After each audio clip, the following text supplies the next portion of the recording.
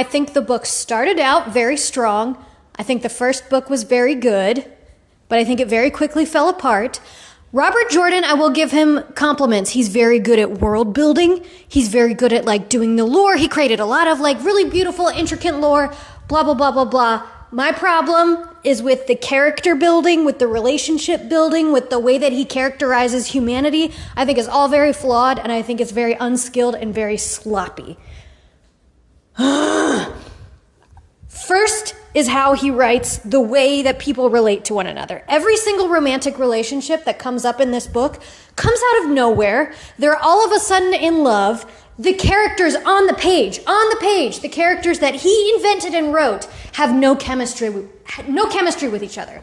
No chemistry at all.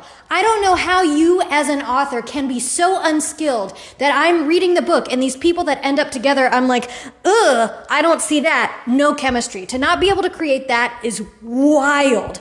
And this happens with friendships too. This happens with people's like worldviews suddenly changing. He doesn't know how to develop anything. All he knows is to drop something in from out of the blue. And Moiraine marrying Tom? Are you kidding me? I'm going to leave that alone for now, though. He doesn't understand human relationships. He can't build anything, blah, blah, blah, blah. The system of magic.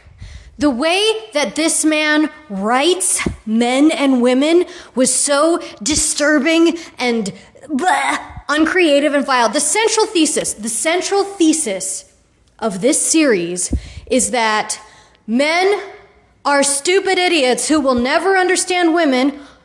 Also not fair to men, blah, blah, blah, blah. Humans contain multitudes. And the other is that women are conniving children. That is how he writes every single man and every single woman. And anytime there's even like a little talking about each other, the men are always like, oh, we'll never understand women. We're just so stupid. And the women are always like, oh, we're never going to understand men. We're just conniving bitches who connive with each other and gossip. It's not fair to men. It's not fair to women. How dare you insult the multitudes that a human being can hold in themselves with these simplistic, awful characters? And the system of magic is really, really troubling. So the way that women can access their magic is by submitting to it. And the way that men access their magic is by dominating it. That is so reductive and old-fashioned and lazy and stupid. It's stupid. And I hate it. And my issue with the end is there was like one female character, the one who dies at the end, that I thought had a glimmer of like, oh, kind of a little bit more complex, a little bit like there's something there that's not completely cliche. And she's the one that dies. And also the whole bonding thing with the warders, with like the men do it by forcibly kissing the women. Like, fuck off. Eat my entire dick. I don't like that. Again, the world building is like, he creates a lot of interesting lore, and that's really cool. But then if you look towards the end, there's this weird argument for slavery, where like a person that you're really supposed to root for just capitulates and is like, oh, I guess we're gonna let the Shan-Chan, however you pronounce it, I guess we're just gonna let them have slavery. Oh well, not a big deal, who cares? That's so stupid.